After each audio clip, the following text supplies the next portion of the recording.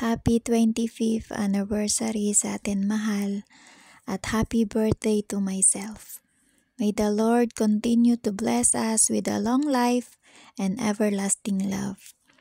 I'm glad and always be blessed for having you in my life kahit minsan sobrang sakit ng ulo ang ibinibigay mo sa akin.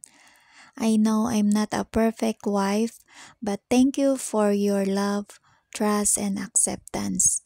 I will cherish our memories together, even na may mga bagay na di tayo pagkakaunawaan at madalas nagtatalo, but we do our best pa din para magkaintindihan. Through ups and downs, we will stay strong together. I will always here for you no matter what. I love you so much. More away pa sa ating dalawa.